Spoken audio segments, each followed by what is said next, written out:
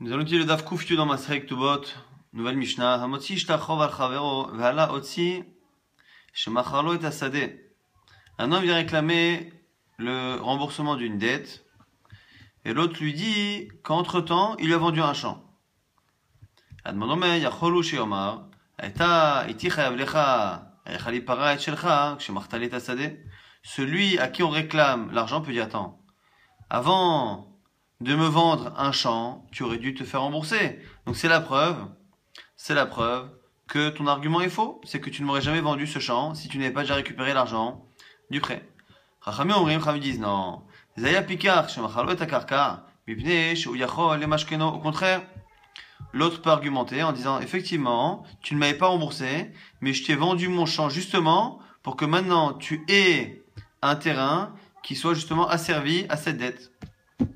Là, Gmar maintenant vient essayer d'expliquer la Mishnah Maïtama Derabanan. Shapir Kamar Admon. Là, Gmar dit, mais il a raison, Admon. Premier avis a raison. Il est étrange que quelqu'un puisse vendre un terrain à quelqu'un qui lui doit déjà de l'argent. Là, Gmar a précisé. Beatra, Deive, Zouze, Vadar, Kadve, Shtara. Ça dépend du minag. Lorsque l'on vend un champ, il y avait en fonction des régions, des minagim. Est-ce qu'on donne d'abord l'argent et l'autre à ce moment-là donne le document qui atteste de la propriété, ou d'abord le vendeur donne le document et l'autre après donne l'argent. Dans le cas où on donne d'abord l'argent et après le document, là effectivement, c'est Admon qui a raison. Et Chachamim ne peut pas être d'accord. Pourquoi? Parce que si le type lui devait 10 000 euros, qu'il lui a toujours pas remboursé, qu'il est en retard, et qu'après il vient ce même qui lui doit 10 000 euros lui acheter un champ à 10 000 euros, lorsqu'il lui donne l'argent tout de suite, l'autre, il ne devrait pas lui donner le document, il devrait dire, bon là, c'est 10 000, je les garde pour la dette que tu me devais, et maintenant, on va parler du champ. Qui pliguait la marloquette, elle est be'atra de kadashtara, vadaya havezuzé. C'est dans la marloquette, elle est dans le cas où on donne d'abord le document avant l'argent. Donc le type peut très bien dire encore une fois, demande ça va, iba elle est les mismar moda, ramna savre, chavra, itle ve chavra de chavra itle. En fait, nous dit ici la Gemara, dans ce cas-là, il lui devait 10 000 euros. Et après, ce même qui lui doit 10 000 euros vient lui acheter un champ qui en vaut aussi 10 000. Mais il est obligé de donner d'abord le document avant, de propriété. Et donc du coup, il peut pas lui garder l'argent. Maintenant, la marloquette entre Admon et Chachamim, c'est, tout le monde est d'accord qu'il a une certaine logique à vendre son champ. Comme ça, maintenant, le champ, il a servi, il pourra récupérer éventuellement son prêt grâce à cela. Simplement, la marloquette, c'est que selon la marloquette, c'est ce que justement on demande à ce moment-là au vendeur de faire tout de suite en cachette une mecha'a, une contestation devant deux témoins. Ou est-ce qu'on a peur justement qu'à cause de cela, eh bien, l'acheteur se décourage, et donc du coup, selon Admon, il aurait dû contester. Et comme il aurait dû au moins contester en privé, le fait qu'il n'ait pas fait, c'est la preuve que il ne devait pas d'argent. Et selon Rabbanan, pas du tout. Il a vendu son terrain pour récupérer éventuellement sa créance à partir de ce terrain-là. Et la raison pour laquelle, en cachette, il n'a pas fait de contestation, c'est de peur que cette contestation en privé finisse par être sue et que la personne, du coup, ne veuille plus acheter le champ, de peur qu'on le lui reprenne. Nouvelle Mishnah, Shnaim Shoti Ushtachov Ze Alze, Admon Ve'ilo Haiti Chayav Lecha, Ketzalat Alove Mimeni. Deux personnes qui viennent chacun avec un document, une dette. Chacun dit, tu me dois 10 000, et l'autre il dit, et après tu m'as emprunté 10 000. Qu'est-ce qu'on fait? Admon dit, le deuxième peut dire, c'est pas possible, tu ne m'aurais jamais emprunté d'argent si moi je t'en devais. Chachamim omrim, zegove shtachovo, Chachamim dit pas du tout. Chacun récupère les 10 000 de la main de l'autre. Itma, à ce propos. Shnaim shotziu shtachov ze al ze. Rav Nachman amar ze gove veze gove. Rav Sheshet amar apuche matarta la mali. Et là ze omed beshelo, ze omed beshelo. Alors ici on a une marloquette dans les Amoraïm, on n'est plus dans la Mishnah des Amoraïm, qui apparemment a l'air d'être le même cas que la Mishnah. Et on voit ici que Rav Sheshet a l'air de donner un avis qui est différent de celui de la Mishnah. C'est-à-dire que deux personnes encore une fois chacun qui vient avec un document, un par rapport à l'autre.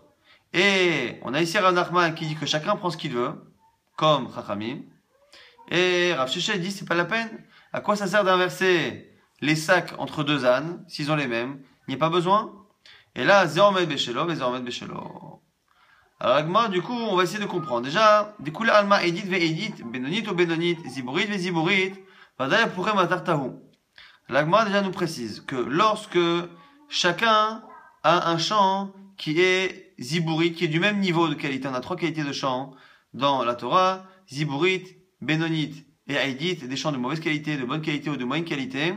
Lorsque les deux ont des chants de qualité égale, eh bien, il n'y a pas de logique. Tout le monde est d'accord ici avec Rav Sheshet qu'on ne va pas se casser la tête à inverser les champs si finalement chacun récupère exactement la même chose. Qui pligue la marloquette ici? Est-ce que chacun reste avec son terrain ou est-ce qu'on échange?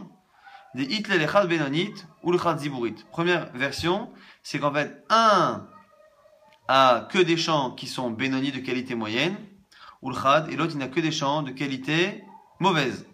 Rav Nachman, le premier qui dit que chacun prend le champ de l'autre, ça va, zegove zegove, ka ça va, beshelo henshamin.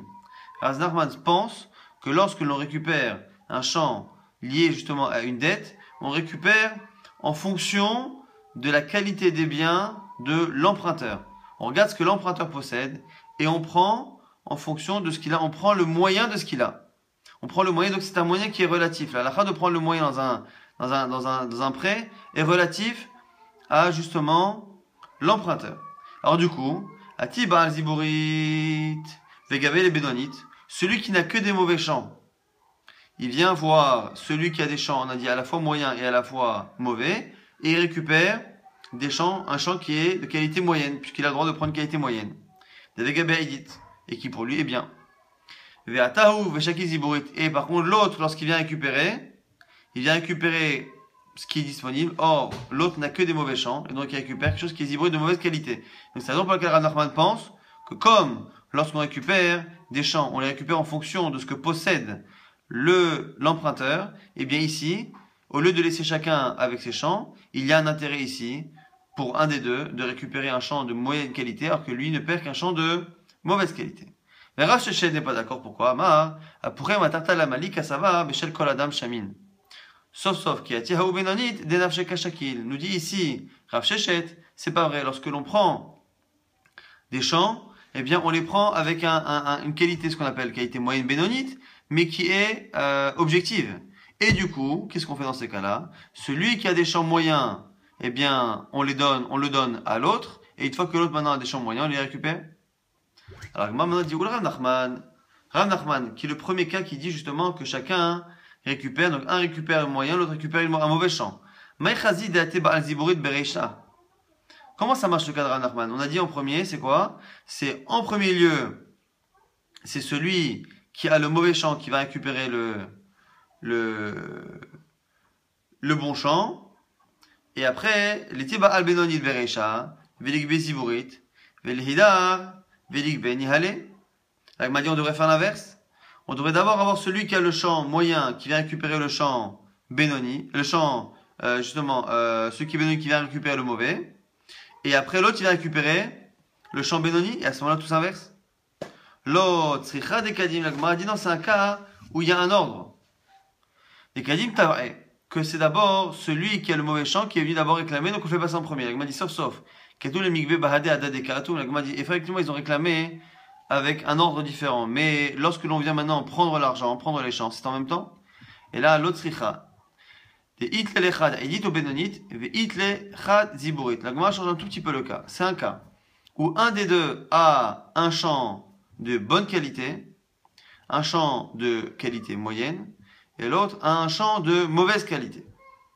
Mar ça va beshel ohen shamin, mar ça va beshel koladan shamin. Et ici on a la marque locale à ce moment-là. Est-ce que l'on regarde en fonction de tout un chacun ou en fonction de la moyenne? Si on regarde en fonction de la moyenne, eh bien il n'y a pas de différence. Chacun récupère le même type de champ, Benoni à chaque fois. Et celui qui pense que c'est relatif à chacun, eh bien effectivement, le Benoni de celui qui a un Benoni à Edith n'est pas le même que celui qui a Ziburit. Nouvelle Mishnah en tout cas, Tnan Chachamim Omrim Zegov Zegov. On a dit dans la Mishnah que Chachamim disait que chacun récupère le prêt qu'il a sur l'autre. On a un problème ici sur Rav Sheshet. C'est que Rav Sheshet, encore une fois, dans un cas similaire, nous a dit qu'à quoi ça sert d'inverser. Donc pourquoi dans notre Mishnah, on a Chachamim qui pense que chacun récupère. Donc ici, toute la suite du DAF cherchera à essayer de comprendre comment Rashi qui est un Amora peut comprendre la Mishnah qui dit que selon Chachamim, on donne chacun l'argent de la créance, alors que encore une fois, selon Rav Shechet, il y a un principe qu'on n'inverse pas, c'est pas la peine encore une fois de redonner la même somme à chacun. La Gemara propose Kegon Shela Vazel Eiser Vizel Chamesh. C'est qu'on parle d'un cas où l'échéance des deux prêts ne sont pas les mêmes. Un a emprunté pour 10 ans et l'autre a emprunté pour 5 ans. Alors, on va essayer de comprendre. Echidame, de quel cas parle-t-on? Il est marichon Eiser Shanim. Veshenine si le premier qui a emprunté, il a emprunté pour 10 ans, et l'autre pour 5 ans.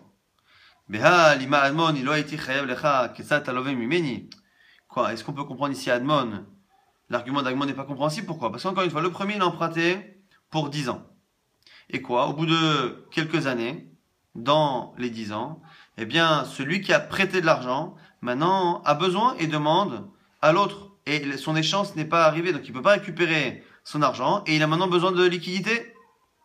Et du coup, on ne peut pas comprendre Admon, qui dit quoi? Qui dit, mais si je te devais de l'argent, tu ne m'aurais pas emprunté. Pourquoi? Halo matazmane, le temps n'est pas arrivé, et il a besoin d'argent. Et la Rishon et Chamesh, donc la Gemara dit non, quand on parle ici de 5 et 10 ans, comme a dit ici Rav Nachman, c'est forcément l'inverse. Que le premier a emprunté pour 5 ans, et que le deuxième après vient emprunter pour 10 ans. Echida, mais encore une fois, de quel cas parle-t-on? Id et matazmane, si on dit que l'échéance est arrivée. Maïtarma de Rabbanan. On ne comprend pas Rabbanan.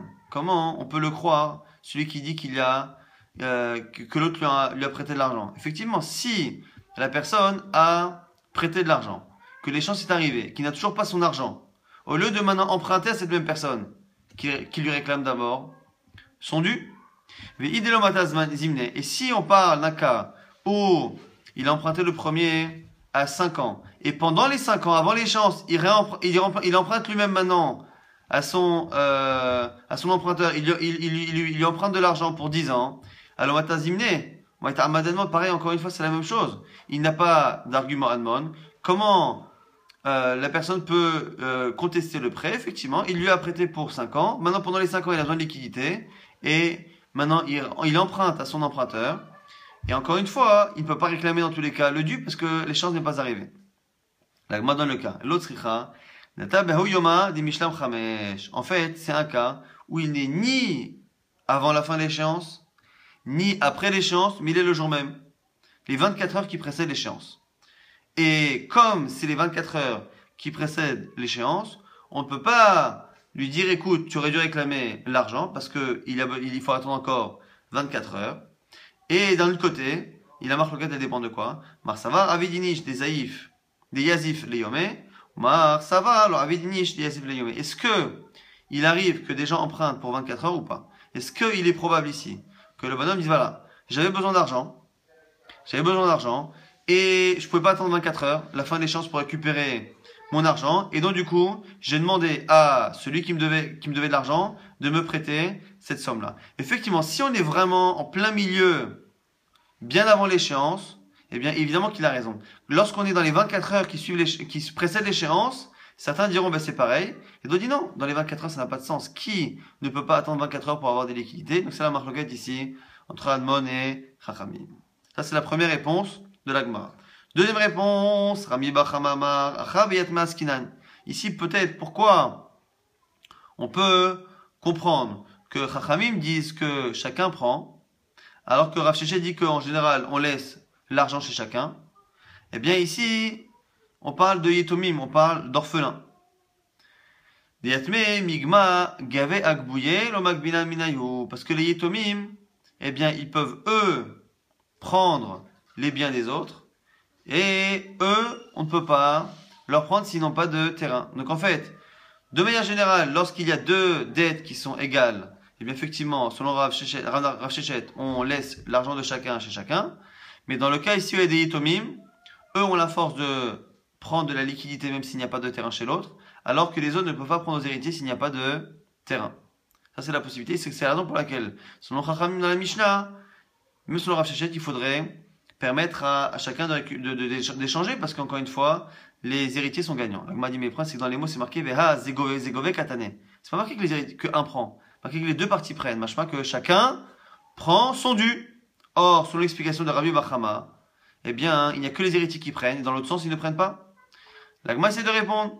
Zegove vezera uidik bot ve'enlo. En fait, c'est vrai que c'est marqué chacun prend. Mais en fait, c'est pas chacun prend qu'il faut comprendre. C'est un prend, et l'autre aurait pu théoriquement prendre, si ce n'était qu'il a des héritiers. Amar Rava n'est pas d'accord. J'ai deux objections à cela. Chada, des zegove katane. Premièrement, c'est contraire au sens premier des mots, c'est marqué que chacun encaisse. Donc chacun encaisse, c'est pas que un aurait théoriquement la possibilité de, mais non, il encaisse. En plus, il y a une solution pour que réellement chacun encaisse, même dans ton cas où c'est des héritiers. Qu'est-ce qu'on fait?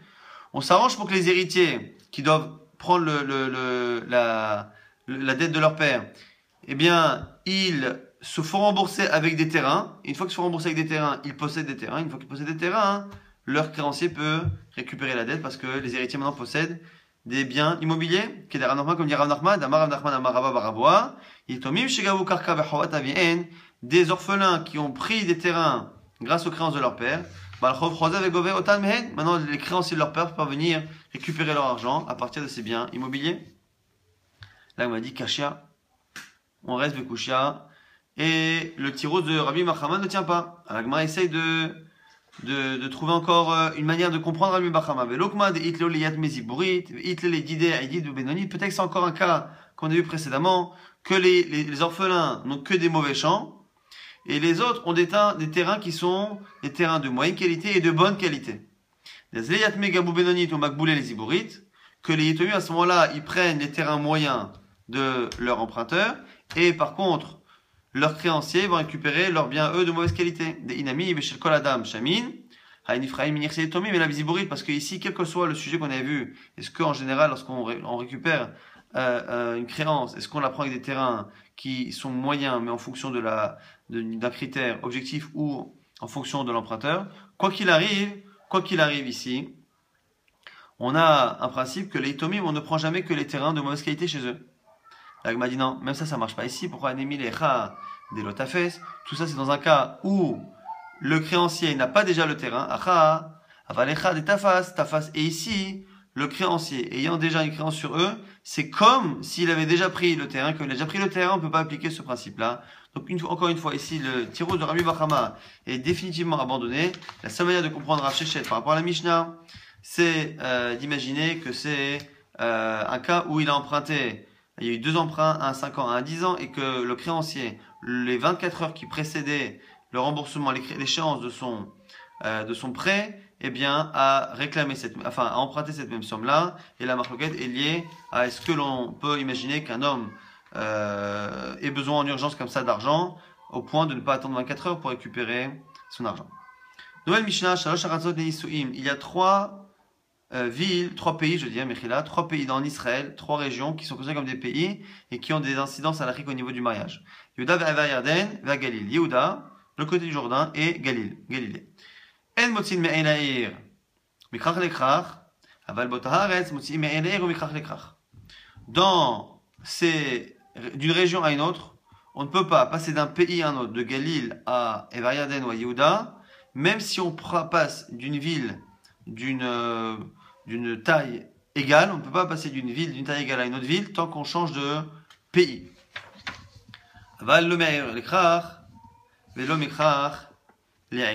Mais par contre, dans un même pays, on peut changer d'une ville à une ville, d'un village à un village, mais par contre, passer d'une grande ville à un village ou d'un village à une grande ville, non.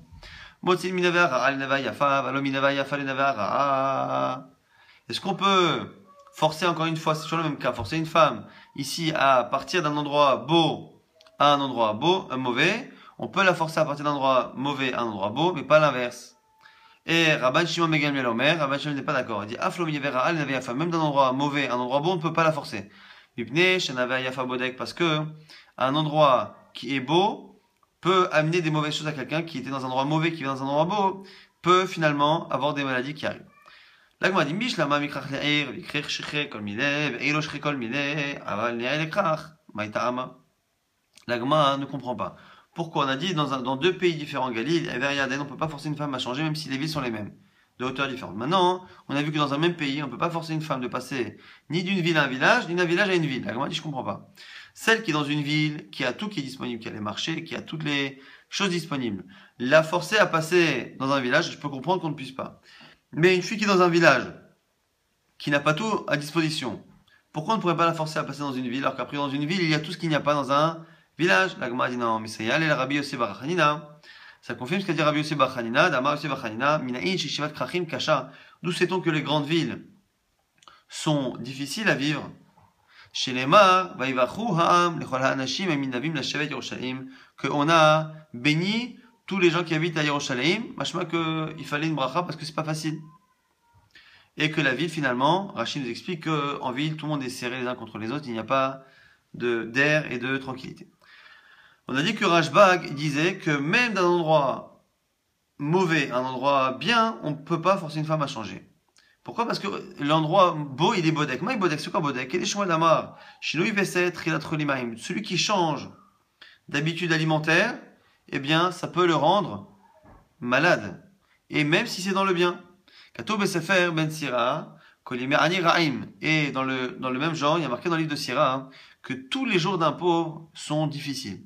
L'agma dit ve'aika, Shabbaton, comment c'est possible? Il y a les Yom Tov et Shabbat où un pauvre mange bien et ne ressent pas la pauvreté.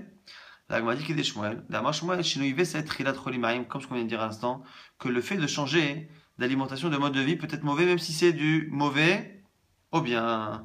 Et dans le même genre, on continue avec l'histoire de Ben Sira. Ben Sira, Omer, Afilot, même les nuits. Mishval Gagim, Gago, Mimrom Harim, Karmo. Pourquoi? Parce que même pour un pauvre, les nuits sont difficiles. Parce que sa maison, son toit est tout en bas du village et sa vigne est tout en haut. Pourquoi? Mim Tagagim les Gago, mais Afar, Karmo les Kramim. Comme son toit est tout en bas du village, et ben toutes les eaux s'écoulent vers chez lui, vers son toit. Et comme sa vigne est en haut, eh bien, il y a ici toutes les pluies et les mouvements terrains qui font que la terre de sa vigne a tendance à s'écouler et à partir dans les vignes des voisins. Nouvelle Mishnah qui va parler jusqu'à la fin de la Masechet, d'aller en Eretz Israël, Akol Ma'alim Eretz Israël, Ve'en Akol Motzi'in. Eh bien, on peut forcer tout le monde à aller en Eretz Israël, mais on ne peut pas forcer tout le monde à sortir. Kol Ma'alim Yerushalayim, Ve'en Akol Motzi'in. Pareil pour Jérusalem, on peut forcer tout le monde à aller à Jérusalem, dans une famille, on verra justement femmes, esclaves, ainsi de suite. Et personne, par contre, ne peut forcer pour sortir de Jérusalem. Echad Anashim, pareil pour les hommes et pour les femmes. Maintenant, nouvelle halakha dans la Mishnah, un homme qui épouse une femme et qui la divorce en Eretz Israël. Il la paye, la Ktuba, avec l'argent d'Eretz Israël.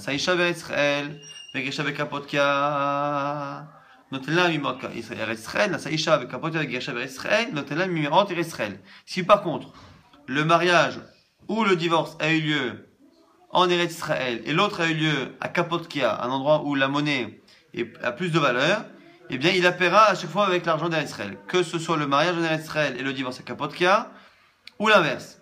Rashbag n'est pas d'accord. Rashbag dit il y a une logique. Rashbag Amel Omer, dans le cas où il a épousé à Kapotkia, eh bien il lui donnera l'argent de Kapotkia. Lorsqu'il a épousé en Eretz Israël, il donnera Eretz Israël. Ça, Isha avec Kapotkia, Gasha avec Kapotkia, notre ami Kapotkia, tout le monde est d'accord par contre que dans le cas où il a fait le mariage et le divorce à Kapotkia, on lui donne l'argent de Kapotkia. Maintenant, sur le début de la Mishnah, on a dit qu'on peut forcer tout le monde à aller en Eretz Israël. Pourquoi on a dit Hakol Ma'alim, tout le monde? Le mot Kol ici vient rajouter quelqu'un.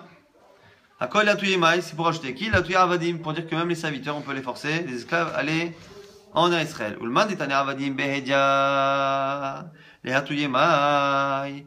Et pour ceux qui ont la version que dans la Mishnah, c'est marqué clairement que les Avadim, on peut les prendre.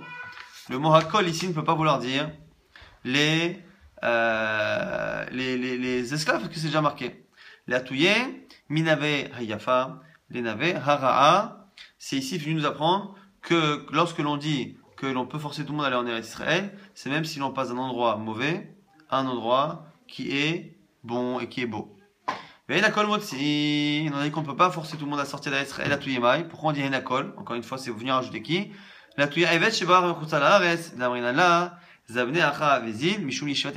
un cas qu'on n'aurait pas pu penser, c'est quoi? C'est un serviteur qui habitait en Chutz Laaretz. son maître est en Khoutzlaretz. Il s'est enfui, il est parti en Eretz Israël. Normalement, on force un serviteur à revenir chez lui, donc à sortir d'Eretz Israël. Mais là, ici, comme on a la mitzvah d'Eretz Israël, eh bien, on peut pas le forcer à sortir. Et qu'est-ce qu'on dit au maître? On dit, écoute, vends-le, récupère, comme ça, il reste en Eretz Israël, fait la mitzvah, et toi, avec cet argent, tu rachètes un autre serviteur. Il dit la Mishnah, Hakol, Mal Yushaim, tout le monde peut être forcé à monter à Jérusalem. Encore une fois, Hakol, c'est qui tout le monde? Dim Alin, on fait monter. Hakol, c'est venir rajouter quelqu'un, la Tuyima, pour rajouter qui? La Tuyim, il avait à Yafa, les Naver à pareil, encore une fois, comme on a dit tout à l'heure, pour rajouter le cas où on habite dans un endroit qui est bien et qu'on passe dans un endroit mauvais. Comme de la même manière qu'on peut forcer femmes, enfants ou serviteurs à partir d'Eretz Israël d'un endroit bien pour aller en Eretz Israël, un endroit qui est moins bien, pareil entre le reste d'Eretz Israël et Jérusalem. Ve'enakol motzim la tuyema, et lorsqu'on dit qu'on ne peut pas forcer tout le monde à sortir, c'est qui enakol? Dit en motzim, c'est qui enakol encore une fois, c'est qui tous? C'est mieux rajouter qui? La tuyema, et la tuyema filo minaver ra'a, les nafer yafa. Encore une fois pour nous apprendre que même lorsque l'on passe d'un endroit mauvais à un endroit bon, eh bien, d'un endroit mauvais à un endroit bon, on ne peut pas le forcer. Même si on parle de motzi'in, sortir, ce qui donne l'impression qu'on parle de la même chose, on utilise le même verbe, même si une fois on parle du mauvais, bon mauvais et du mauvais au bon. Tanora Bana, nouvelle, Braïta, Hu Omer La'alot, Ve'i Omeret, Shlo La'alot. Lui valait faire sa alia et pas elle. Kofinota La'alot, on la force à faire la alia, Ve'im la, si elle veut pas, Tetzel Boktuva, il peut la divorcer sans lui donner la ktuva. Hi Omeret La'alot, Ve'i Omer, Shlo La'alot, Kofinoto La'alot, Ve'im la, Ve'yotzi Viten ktuva. Si par contre, c'est l'inverse, elle veut faire l'alia et pas lui, eh bien il la divorce et il devra lui donner la ktuva. Hi Omeret Latzed, Ve'i Omer, Shlo Latzed, Kofinota Shlo Latzed, Ve'im la, Tetzel Boktuva. Lui veut quitter Eretz Israël. Elle veut quitter, pas lui. Eh bien, on la force à ne pas quitter, et sinon, eh bien, il ne paye pas la ktuva. Et l'inverse, maintenant, Romain la tête, lui veut sortir d'Eretz Israël, et Omer, elle ne veut pas, Kofinoto Shelo la tête, et Imlam Yotzi, il était ktuva. On le force à ne pas partir, et s'il lui veut partir, il devra la divorcer sans, et lui payer la ktuva. On a dit dans la Mishnah que selon Chachamim, qu'il l'épouse en Eretz Israël, et qu'il la divorce à Kapotkia, ou l'inverse, qu'il épouse à Kapotkia, qu'il la divorce en Eretz Israël, il lui donnera toujours l'argent d'Eretz Israël qui est le moins bien. C'est contradictoire. Katane la saïcha vers Israël, Geshav et Kapot Kantela Israël, Alma Batash Yaboudaz, le premier halakha qui dit que s'il a épousé en Eretz Israël, il donne l'argent d'Eretz Israël, machma que c'est le moment du mariage, au moment où il s'est engagé, qui détermine le type d'argent. Et Masefa, et à la fin on dit quoi? La saïcha avec Kapot avec Geshav vers Israël, noten la mimorot Israël, Alma Batar Gabaina. Azinan, et à la fin on dit que lorsqu'il a épousé un Kapot qu'il a divorcé en Eretz Israël, il donne l'argent d'Eretz Israël, machma que c'est l'endroit où il a divorce qui détermine l'argent. Amaraba Mikule Ktuva Kanchanu, qu'à savoir que toi, des rabanan ici, c'est une kula pour le mari, parce qu'encore une fois, la ktuva ici, on pense que c'est des rabanan. Quand la ktuva c'est des rabanan, on lui permet de payer avec l'argent le moins bien. Et Rashbag qui n'est pas d'accord, Rashbag pense, Omer, qu'à savoir que toi, d'Oraita, parce qu'il pense que la ktuva, elle est d'Oraita, donc du coup, on est obligé de respecter la logique, et que c'est l'endroit où il est épousé qui détermine le type d'argent qu'il devra donner. Celui qui sort un document de dette contre son prochain, Katouf, Bo Babel, c'est marqué que c'était fait en Babel, Magvehu, Mimarot Babel, il le paiera avec l'argent, la monnaie de Babel. Katouf, Bo Eretz Israël, c'est marqué Eretz Israël, Magvehu, Mimarot Eretz Israël, il le paiera avec l'argent d'Eretz Israël. Katouf, Bo Stam, il n'y a rien marqué, aussi au Babel, Magvehu, Mimarot Babel, et aussi au Eretz Israël, Magvehu, Mimarot Eretz Israël, ça dépendra de l'endroit où le shtar est sorti au Bedin. S'il est sorti au Bedin de Babel, on le paiera avec l'argent de Babel. S'il est sorti en Eretz Israël, on le paiera avec l'argent d'Eretz Israël. Katoubo Kesef Stam. Maintenant, c'est marqué dans le document de prêt, c'est marqué qu'il lui a donné Kesef, de l'argent, sans préciser sous quelle forme. Mashisalove Magbeu. Eh bien, c'est ici l'emprunteur qui pourra payer avec le type d'argent qu'il veut. Mashaiken Miktuva, ce qui n'est pas le cas de l'Aktuva, c'est marqué. Alors, m'a dit, c'est quoi? De quel cas parle-t-on? Ce qui n'est pas le cas de l'Aktuva. Il y a plusieurs halachot, et à la fin on dit, ça ne marche pas comme ça pour l'Aktuva. De quel cas parle-t-on? Aya, on dit l'Agmarama, mais chercher à Arecha sur le début. La Pouké, Mideraban, Shimon Megamliel, la marque Tuva de Oraita. Sur le tout début, justement, on a dit que, en fonction de ce qui est marqué, Bavel ou pas Bavel, eh bien, on paiera de l'un ou de l'autre. Là-dessus, on dira, ça marche pas pour l'Aktuva, parce que justement, on pense pas comme Rashbag, on pense que c'est des Rabanan, et donc on lui permet de payer avec la monnaie la moins bien. Sur la Braïta qui disait que Katou Boké Sefstam Mashir Tselove Magbeu, lorsque c'est marqué l'argent, sans préciser, eh bien, on laisse l'emprunteur choisir le mode, la monnaie pour rembourser. Là, m'a dit Veiman Niska. Mais attends, mais Lorsqu'il y a marqué argent, l'argent, ça peut soit vouloir dire de l'argent, de la monnaie, soit ça peut vouloir dire le métal, peut-être que c'est des lingots d'argent. Marabelaza, dirtiv be matbea. Il faut imaginer qu'il y a marqué de l'argent, mais que c'est marqué de l'argent, de la monnaie en argent. Elle m'a dit, mais là aussi, comment il peut choisir? Il m'a prêté. Peut-être que la personne lui l'avait prêté avec des proutotes, qui sont en argent. L'agma dit, Amarafapa, prêter des casse-pas. Lors des Inché, on a un principe que les gens ne font pas des proutotes avec de l'argent. On ne fait pas de proutotes, c'est pour ça qu'il peut choisir.